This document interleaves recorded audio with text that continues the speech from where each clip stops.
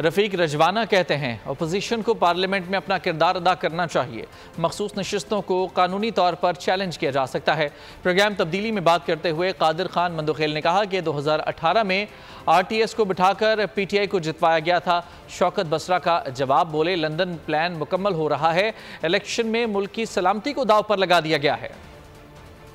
पाकिस्तान में ये एक रिवाज चल पड़ा है कि अपोजिशन का जो असल रोल है उसको पार्लियामेंट में अदा करना चाहिए।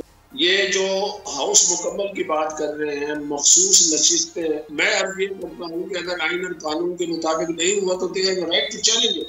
2013 में जब आरोह का इलेक्शन बिला जरदारी साहब ने कहा था, असम्बली में हम बैठे थे।